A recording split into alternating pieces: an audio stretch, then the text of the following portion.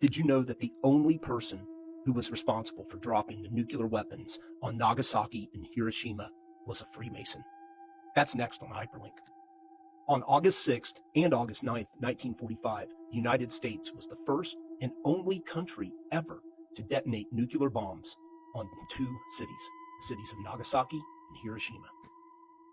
Freemasonry hates the church. They do everything they can to destroy the church. So what better target than the Urakami Cathedral in Nagasaki, Japan, to be the epicenter of that attack?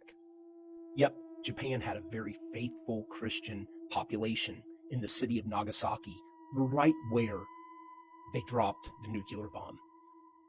That was the epicenter of where that bomb went off.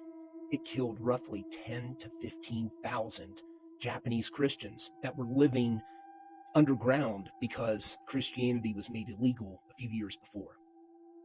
Yep, here's a picture of that cathedral after they bombed it.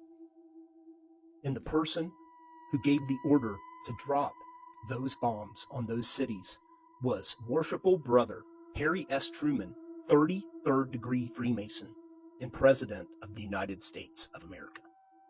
And his famous quote was, "The buck stops here," meaning that as President of the United States, he took full responsibility for the actions that happened on that day. The buck stopped with this guy right here. But wait, there's more. See, Harry Truman only became president at the very end of World War II. Prior to that, this guy was this guy right here, Franklin Delano Roosevelt. He gave the order to start developing the nuclear bomb that would end up being used on Nagasaki and Hiroshima.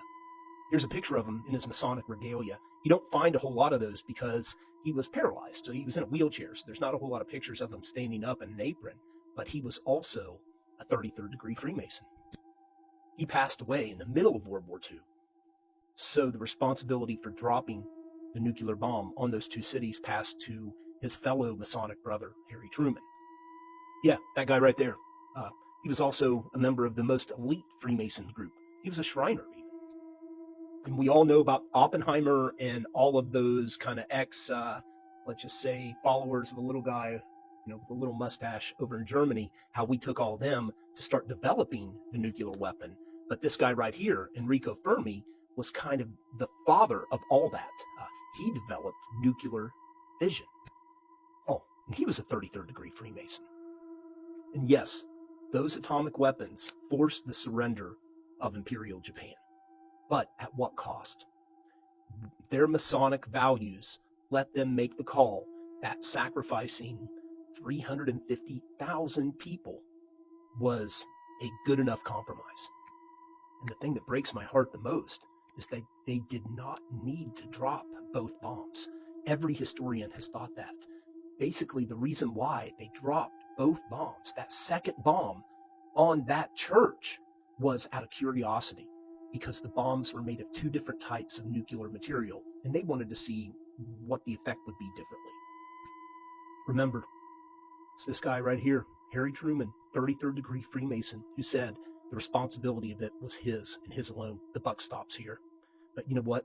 People might think he was a good Christian man, but he was acting a lot more like that, Islamic terrorist symbol on his hat there, his fez.